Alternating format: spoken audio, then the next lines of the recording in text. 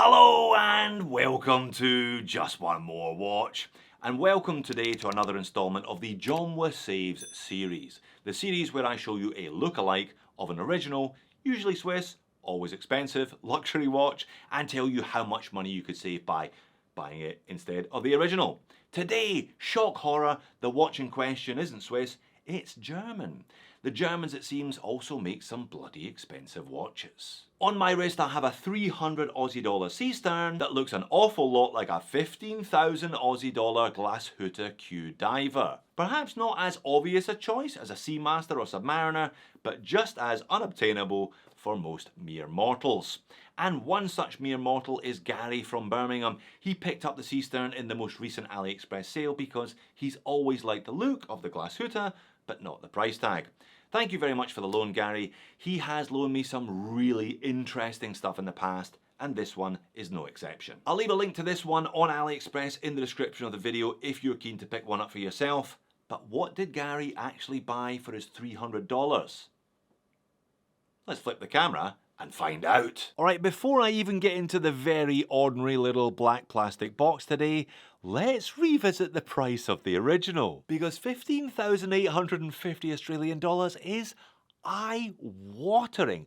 That is just an incredible price for a brand that doesn't have nearly as much cachet as some other brands within the Swatch Group umbrella of companies like Omega, for example. Call me an ignoramus, call me a Philistine, but I kind of tap out at Rolex. I just don't see much value, literally or figuratively, in watches that cost more than that. Look, I'm sure if you're a big fan of Glashütte Original, then you'll be prepared to pay $15,850 for it. Maybe the movement in it is incredible, but I just don't see it myself. I'd rather buy a Seamaster and save the money. But if you like the look, you don't have to spend that much money, thankfully.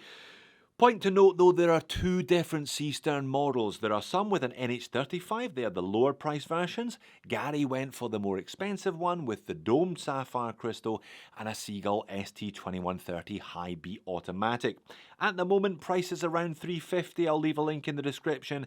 Gary said he picked his up during a sale for just under $300.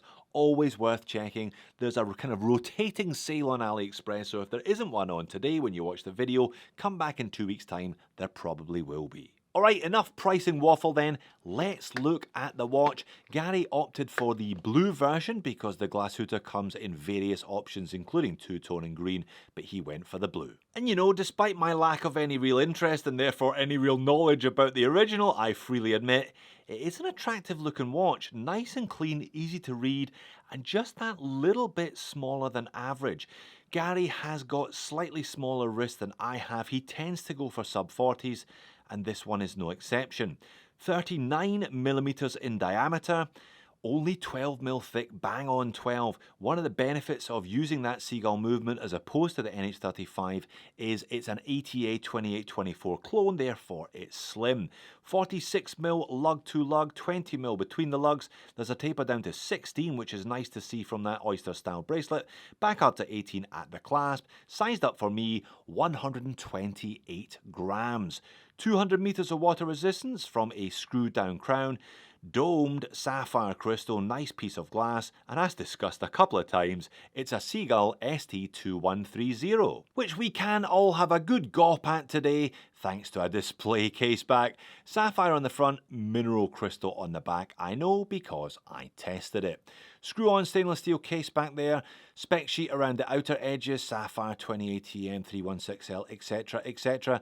So the ST2130 is a straight up clone of the ETA 24, just like the Sleita SW200, the STP 111, etc, etc. So 25 joule, hacking and hand winding, bidirectional winding, roughly 40-hour power reserve, but you do get quite a lot more decoration than you do from a base grade Sleita or ETA for your not a lot of dollars. Let's see how accurate it is though. Let's get it on the time grapher. And yeah, look, that's not doing too badly for itself at all, is it? You can see there 28.8 beat rate, +9, +7 seconds per day, very healthy amplitude, 0 beat error.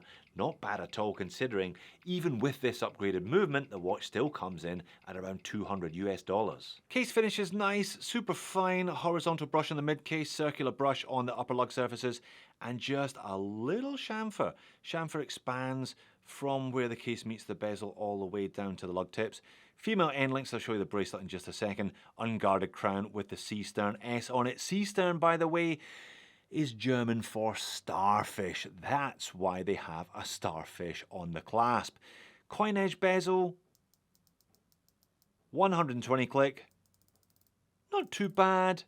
Just a little bit of bounce, but everything lines up, and it is a ceramic bezel insert. The bracelet's pretty basic, 3-link oyster style. They are all separate links though, but no articulation.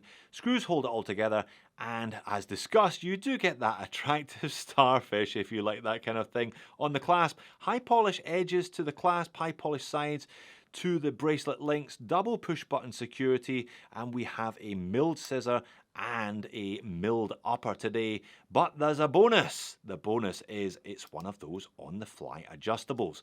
$200. This has got to be one of the cheapest watches that I've seen with one of these clasps. It's so great. It's so heartening to see that this is now becoming an industry standard. It used to be you had to buy a Rolex Submariner to get a glide lock system. Now watches with $200 price tags are offering you exactly the same adjustability. Now before I get it on wrist, let's switch to the macro lens and have a look at the dial and hands. Yeah, ceramic bezel insert is quite high gloss, and there is a glossy, dark blue but glossy blue dial with, as you can see, a rather strong sunburst effect to it. So perhaps the black would be a little bit more discreet on wrist. There's a lot going on with this one in terms of color and with terms of light play as well. Indices, the numerals and the batons are all applied, quite simple, high polished silver surrounds to them. Now the hands are also high polished silver, but they're kind of bold, they're not flat, they've got a little bit of a curve to them, and I do like that arrowhead of the minute hand. It just touches those minute markers on the edge of the dial.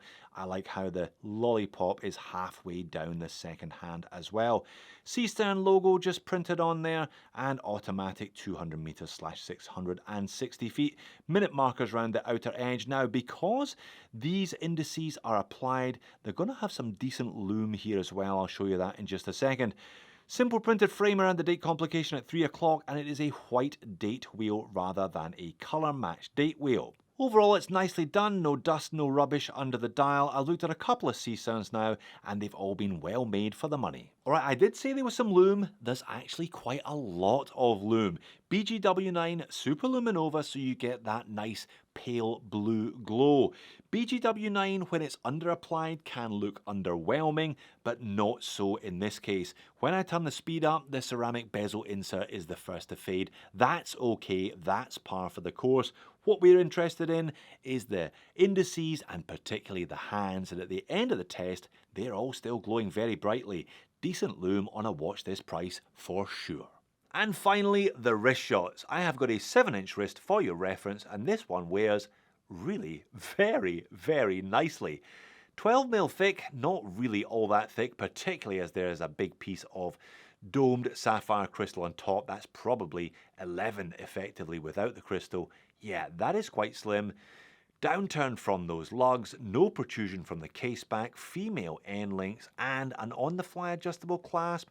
The weight is spot on for a 39mm coming in at 130 grams. Yeah, very, very nice on wrist actually. And that's the proper overhead shot. You can get an idea of what it looks like from a different angle on my wrist. You also get an idea of the legibility, and the legibility is really rather good. It's a large handset, large numerals, large batons, large dial proportionally to a rather small, thin bezel insert. As a consequence, the bezel numerals are rather undersized. But I'd take that every time I take oversized markings on the dial and slightly smaller markings on the bezel insert, because you're going to be looking at the markings on the dial more often than you're looking at the markings on the bezel insert. Moans and niggles, what am I going to complain about today? Well, there is definitely more shine than you would get from the original. The original has a kind of matte insert as opposed to this one's high gloss ceramic. The original also has a color match date wheel. I know that's asking a lot for a $200 US watch with a high beat automatic and a bunch of specifications, but hey, one can dream, right? And I could probably have done without. The starfish on the clasp, it just doesn't suit the rest of the watch at all. It's a bit of a catch-22 for these copycat makers. They don't want to make something that looks 100% like the original, so they try and stick their own brand on it, but sometimes I wish they hadn't bothered. And the only other thing, more of an observation than a complaint really, is you need to put quite a lot of pressure pushing the crown down in order to get it to screw in more, noticeably more than I found with most other autos. I'm not quite sure whether that's a feature of the 2130s. I have reviewed a few, but I haven't run any of them long term myself. So then, a bit of a left field choice, this Seestern, as the Glashütte original Q diver, is also then a bit of a left field choice. Perhaps that's a good thing that this one is not as identifiable as a lookalike as your average Seamaster or Rolex Submariner lookalike would be. If you're a fan of the Glashütte original, if you see what I mean, but don't have the funds, then yeah, this could definitely be a placeholder until you save up 15,850 Australian dollars, or if you just like the look of this watch, maybe it is not as identifiable as a lookalike as some of the other watches that I have reviewed on the channel in the past, and there might be a bit of appeal in that. So there you have it. Definitely not an obvious choice whether you're looking at buying the original or the lookalike. That has its advantages and disadvantages, I guess. I would probably be waiting for a sale to get this one for the best possible price though, just like Gary did. If you want to see another couple of his watches, click here or click here. Thanks for making it all the way to the end. I'll see you again in the next one.